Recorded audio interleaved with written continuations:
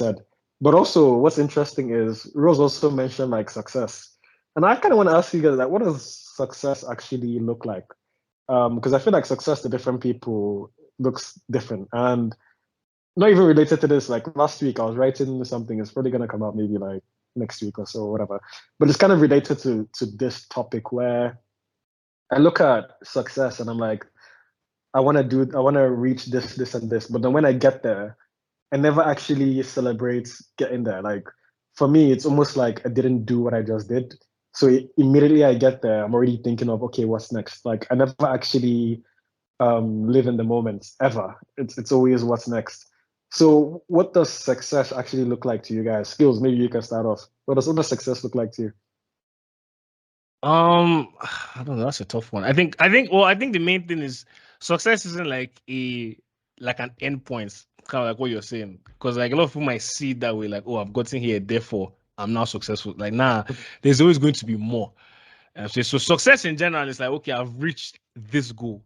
Okay, now you're successful for now, right? So whether you choose to live in it or whatever, you are successful in that moment in your own aim, maybe not in an objective sense.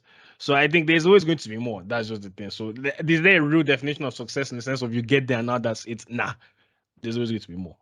Well, when was the last time you like celebrated one of your achievements? I was playing soccer last week, scored goal. I was like, oh yeah, give me like celebrated. Yeah, I celebrated that. Yeah. All right, Lana, what does success look like for you? I just think it looks like alignment with God. That's for me what it is. What just not going at anybody What does else's that mean? pace. What does that mean, please? What does Like that only you mean? and rules understand that. So you have Yeah, to yeah, explain to the yeah. Okay, rest of us. what does that mean? I think I think I think that means that if so if God tells me to do something and I do it, that's success. Like it's just as simple as that. It's obedience. And that looks like, for instance, in a more practical way, if God says to me, do a PhD, and I decide to do it, then I've been successful. So that's what it is for me. It's just following, I guess it's almost like following, for people that aren't religious, following what I feel led to do. So following what I think I'm called to do, as opposed to what others call me to do. So if God tells somebody to do it, not you, but it's like somebody else do a Mm. PhD, for example, and then they drop out, that's an L for sure.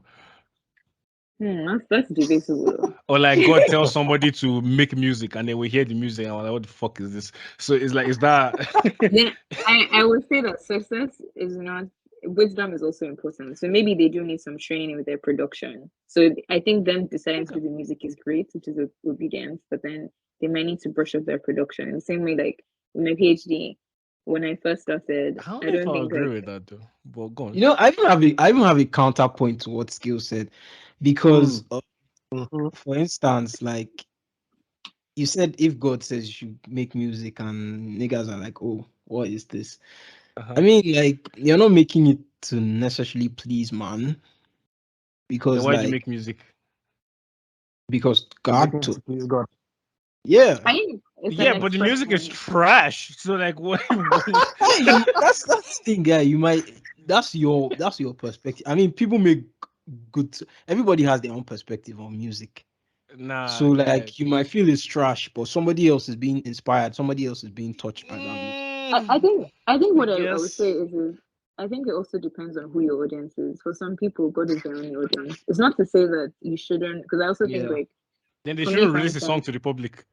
no. But if God told them to do it, then they should. But I think it's just also about wisdom and also like you should also get feedback and you should get good counsel. So if someone then says to you, actually, this isn't great, I would ask, okay, why is it not great? And if it's a thing of like if it's the production, if people actually spell out why it's not great, then you can work on it. But if it's just a thing of, oh, it's not good, and that's not enough. You But want like someone that's to Yeah, like fix it. that's where skills is coming from. It's coming from a pure hater no, perspective. I'm not coming from a pure hater perspective. I'm coming from I Okay. guess if you want to call it that, also a realistic perspective. So I see what you're saying. But in that situation, I wouldn't just say, yeah, I mean, go and make this better. I would ask, like, why are you doing music? And then the nigga will probably be like, because God told me to. I'll be like, see, go back Oh home, no, go I to your think room, lock the door, kneel down, pray, ask God to make sure. okay. You know what I'm saying? Because it can't be that. Because I've heard God. some songs and I'm like, nah. You know what I'm saying? Nah. Mm, church songs, to be honest. So I'm like, nah. Okay. No, I'm also, one thing is I also believe in like the spirit of excellence, and I think sometimes some people are just doing things like they start off, because I also believe in small beginnings, and I think some people start off not great and then they get better because they follow the call that they felt led to do. Like I'm sure some of our favorite artists didn't start off the way they are now. If they quit, they wouldn't be even where they are now. So the way I just see is more about process, and I think that's also why for me I wrote that success is also doing things and enjoying things whilst I'm doing it. So I think a lot of people focus a lot on, and Kamal, you mentioned it when you're talking about how you sometimes don't feel anything when you get those things. I remember going through a point in my life where I'd get something that I really, really worked hard for, I prayed for, and I'm like, oh, was that it? And I realized the reason for that was because when I was in the season of waiting for it, or even working towards that goal, I was so obsessed with the goal that it almost became an idol. But when I decided to focus more on, I know a lot of, like, I don't watch basketball, but I always see on my timeline, courtesy of some people on this thing. So I know a lot of basketballers, like, or motivational, almost like some of them are really corny, but some of them are helpful. And they talk a lot about how, you have to fall in love with the game, fall in love with the game. The game is the game is bad. And I do think it's true. I think if you focus too much on the end product, when you get it, it's like, is that it? Like I remember walking on, because my graduation was a few months ago, and I remember I told a friend that I walked 13 seconds for a graduation that took me 3 years, and I was just like, what? Was that it? But because I had so much fun in uni, I didn't follow people's, like, oh, you have to apply for all these grad jobs. Like I just did my own thing. That 13 seconds is one of the best 13 seconds of my life. So yeah, I think success for me is also about doing things and enjoying it, but also falling in love with the game. I think that's what it is as well. It's funny you say that. Like I was watching you guys. I don't know if you guys know this. The shop. It's like this. It's like a roundtable discussion thing that LeBron started with his business partner and whatnot. So the last episode, they had like Idris. Yeah. So they had like Idris Elba, Drew Barrymore, some of these actors, Kyrie, all these guys, and they were talking about people they look at the beginning and they look at the end, and they were like, but the part people miss is you have to fall in love with the process, because at the end of the day, it's falling in love with that process that's going to get you up every day to do what you need to do to get where you need to get to. If you don't fall in love with the process, like, and you're only looking at the end goal, at some point they're going to be like, well, how much more do I have to do? Because you're not enjoying what you're doing. But if you're truly enjoying it, like, you have the motivation to keep going. And also, to quote Nas, I don't remember what song, but one of my favorite Nas lines was like, niggas hate what they don't understand, fear what they can't conquer. That's just a theory of man. And realistically speaking, yeah, when you don't know what's coming, because you're trying to go somewhere you've never been, it's gonna be scary. Like you're gonna be afraid. But if you don't take that leap to do it, you never know what it's like. So you might actually get there and be like, this is actually not too bad. But because people don't take that leap of faith, they never get there. So whether it's the music thing, whether it's whatever it is, you might start off terrible. And like Skill said, you might say, have to go back to God and pray again. Go and ask him again, fam. yeah. But at least you have to do it to know, okay, maybe this wasn't it, and then try something else. You can't just be scared of what it is that is waiting for you on the other side. Like, okay, but here's why I bring that up, because you just said try something else. But in that perspective, where they feel like this is what they must do, it's going to be tough, right? Because then it's going to start fucking with them mentally, because they keep trying, and it's just not working. Yeah, but I also said definition of insanity is doing the same thing and expecting different results. Like, you're gonna have to switch something up. And sometimes you know, like if me today, I might love football, but I'm not good enough to be a footballer. Like, that's just, and I know people that still have that ambition, like even at this age. So, and I can't really just go to them and be like, nah, you can't do it. Like, you're too old or whatever. Even if realistically speaking, that's probably true. But like Skill said, some people are so hell bent on a goal that sometimes they can't look beyond that. And that's also a problem. Like, at some point, you do have to assess your options and be like, okay, maybe a different direction is the way to go.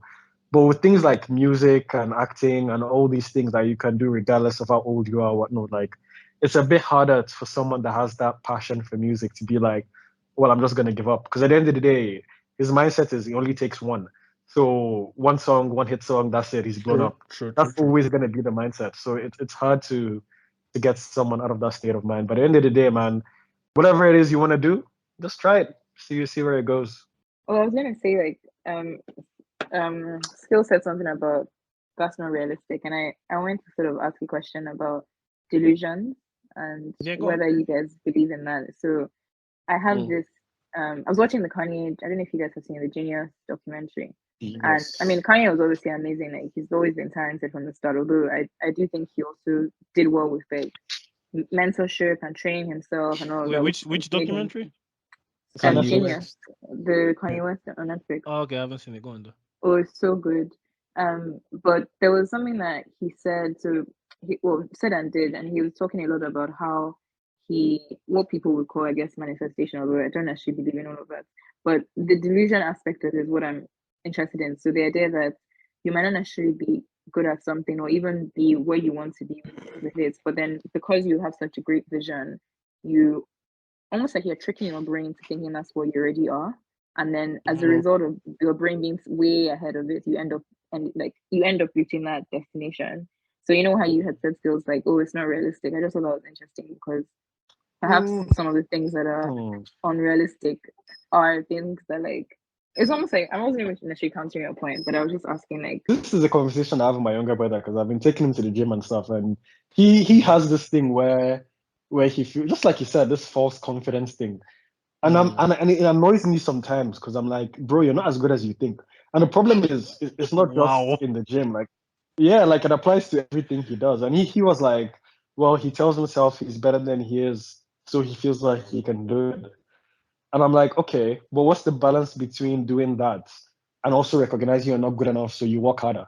And I feel like that balance is something that a lot of people Delicate don't balance, have, to and be he's one of honest. them. Yeah. Yeah, he's one of them that does not have that balance. So he just goes into it and thinks he's already there when he's not. Like realistically, like you need to put a lot more work to get to where you need to get to. And sometimes to do that, you have to recognize you're not actually there and then motivate yourself to work harder to get there. So where's that balance? That's a tough one. I think it depends on what and where, though. I feel like it really does. It depends. Yeah. Say, for example, like we're talking about boxing earlier. For most boxers, to be honest, or even MMA fighters, combat sports, they can deep down in their soul, they will know that, man, that guy is levels. Like, this guy might fuck me up. But they have to, like, keep telling themselves in press conferences and, like, out loud, like, no, I am the best. Because if they don't go in there feeling like they're the best, they'll get fucked up. I'm saying, but like in other parts of life where it's like not that critical, where it's like, okay, no, let's just sit down and be realistic, like prove your shit. You know what I'm saying? So let's work on this instead, you know. So I think it just I don't know, I think it just depends. I mean, have you guys had like an eye-opening moment before where you're just somewhere and you looked at the people around you and like, okay, like you need like, yo, these niggas are smart. Like I remember when I was interning at a law firm in London and we were doing this client pitch thing. And bro, like everyone that was presenting before me, I was like, wow, like these guys are good. Like it was so mind blowing to me because the last internship I did was also at a big company, and when it came to presentations, I had the best one. Like I was so happy with myself. All of them came to me telling me how much of a bright career I have, whatever. Just to go to a law firm like literally like 3 months later and see the level of people there, and I'm like, wow. And that literally that just opened my eyes. I'm like, okay, like you may think you're good, but there's people just as good as you and some even better than you. So just kind of have to work. But like, have you also had moments where you feel like you're not necessarily levels, and then you get to some sort of space and you're like, damn, these niggas ain't shit, and like I guess basically the opposite. Yeah, exactly so, what happened. Yeah, because I came back to Nige and I came to work here, and the I'm sorry, Nige, but yeah, and the company I was at, like literally, it took it not take long for me to recognize. He Okay, was these like, y'all guys are are not shit. like Y'all call honestly, yourselves no, but like. professionals? But to be honest, yeah, like you should know, like if you give me work to do, like I know how long roughly what you give me should take. But if you're giving me 3 days to do something that should take me 2 hours, it should not be that skewed. Like at least let it be like, okay, you have 5 hours to do this, something I know will take me two. But like if you're giving me 3 days to do something that takes 2 hours, I'm like, okay, that does not make sense. And then over time, and I've told you guys this before, if the head of HR goes to my dad and says, okay, you kind of have to find a better place for this guy, like what other marker do you need to tell you, okay, like this place you're at, like yes. this is just not the level for you. So again, I've had that eye-opening moment too. I'm just okay. I'm still that guy. Like kind of still that guy. But yeah, have you guys had any of that? It's either or? I think so. Like I'm very, very confident in my abilities, like honestly, and I really believe that I am one of the greatest storytellers in this world. And there are times when, Hey, talk your shit. yeah, yeah, and I think there are times where I definitely have been in spaces where I'm like, you guys are definitely capping. This person is not that great.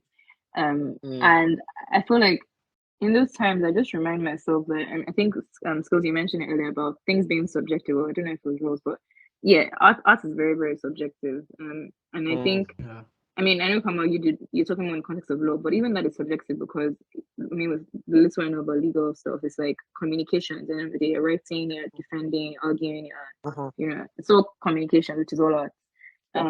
So yeah, I feel like, but in times like that, I think it goes back to like, first of all, like I said earlier, who your audience is, and I think also like what your identity is rooted in. So so now I haven't actually been published by any like traditional publishing company. I've had like my work in magazines and things, but not like an actual publishing company. And I have friends who have had their work in that, and I honestly know that some of their work isn't as great as mine. But then I'm very aware that like there's no need to rush. And I can't remember who said it earlier, but I was going to also say that like life is a marathon, and I think a lot of times we treat it as a race, as a 100 meters race, which is where we're all. I think it was yeah, we're talking about your dad. It's sprint, yeah, that's right. Talking about how your dad said that like essentially the finishing is better than how you start.